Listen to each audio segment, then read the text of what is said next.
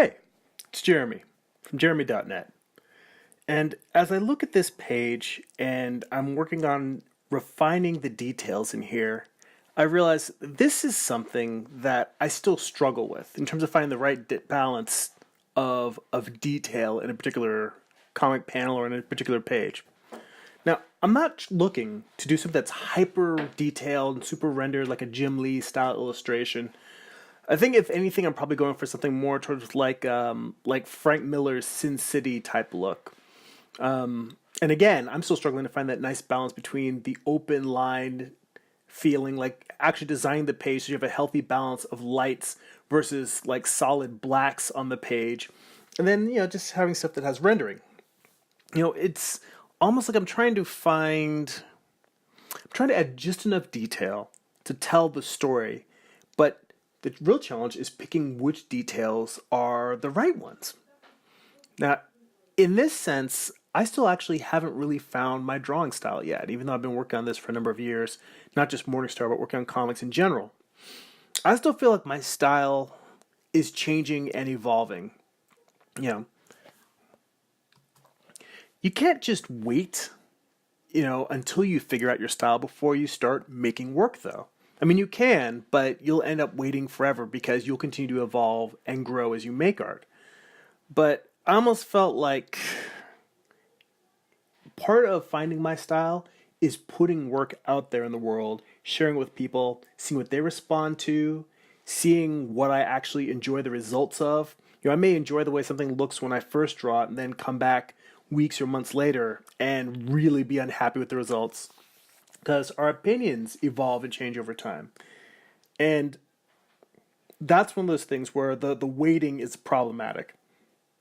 Because you're going to learn, you're going to grow, you're going to change, and you need to give yourself the space to do that. I still feel like what would be considered my quote-unquote style, if I had a really defined look and style, I don't feel like I've hit that yet. Because I've had things that I kind of pictured what my artwork would grow to in my mind, how it would eventually develop. And those ideas and those thoughts have changed over time as I've drawn more. I'm continually trying new techniques, experimenting, trying different things. I mean, in my dream world, in a perfect world, what I actually would fantasize would be perfect is if I had such a command over my draftsmanship that I could draw pretty much any object that I need to draw, that I can draw it in a variety of lighting scenarios. So top light, dim mood lighting, moonlight, bright midday sunlight, to be able to draw all those different lighting scenarios and have it and do it just in ink, even without having the help of Photoshop, gray tones, or color, and what have you. If I can really make the lighting feel like whatever it's supposed to be just in pen and ink.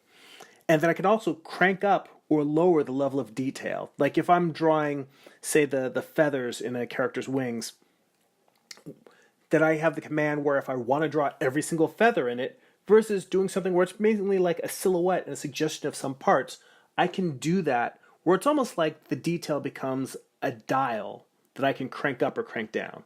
Now that's not what I'm capable of now, but what I would like is to have the command of draftsmanship that I can do all those things on command as needed. And then it really comes down to, it's less about what do I have the ability to draw and more about choosing any of those things that I have the capacity to do, depending on what fits the mood of the story, what fits the mood of the panel, the actual scene.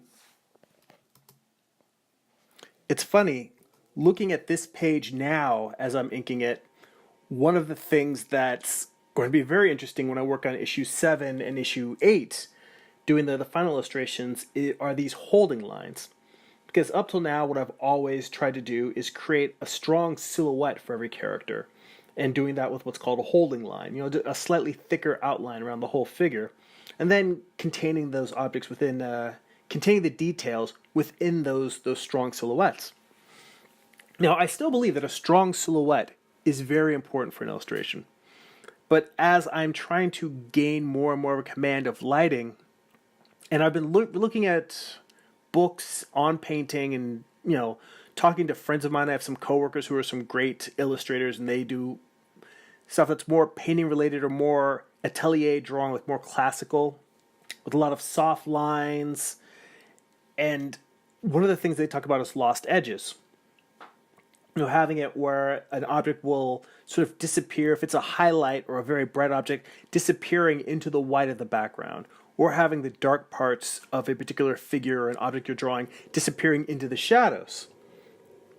And I think that that's a strong, really powerful effect if you can master it. And doing that in black and white ink work, you have to be aware of the fact that it changes that silhouette, it changes that holding line, because now you're containing shadow shapes as opposed to containing the entire figure.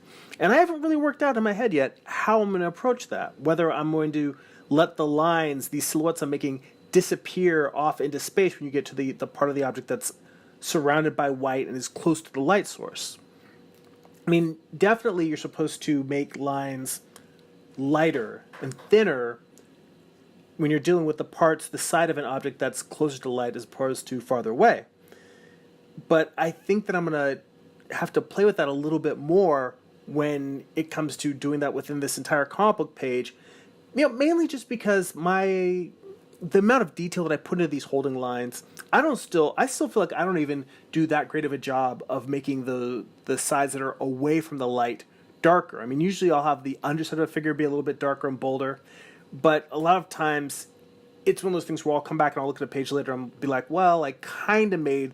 Like, if you look at this woman's skirt that's holding her hair, you can see that the bottom side of that skirt's a little bit darker, but I don't necessarily think I've gone through and made all of the lines, sort of the undersides, feel as thick as they should. And right here, I made a figure that's a line that's on the opposite side of the woman having her handheld, having her outline that's actually more towards the light, just of it being up. That's probably thicker than it should be, but that's a conscious choice that I made because I didn't want it to blend in with the rest of the drapery. So I mean, that's another challenge, is finding out. Sometimes you make lines thicker than you want them to be just so it'll be contrast with the lines around it. So it's a constant balance, a constant dance, a constant give and take, and you're always working on trying to find that creative, healthy aesthetic balance that both looks attractive and lends to the story. Thanks for watching. If you enjoy these videos, please like and share them. Don't forget to click the subscribe button. You can sign up for my weekly newsletter to get a free digital comic at newsletter.jeremy.net. That's newsletter.gerimi.net. Also, visit my main website, jeremy.net, where you can buy my comic books, art prints, and more. There's also links to my Instagram, Twitter, and other social media accounts. That's it for now. Go be creative.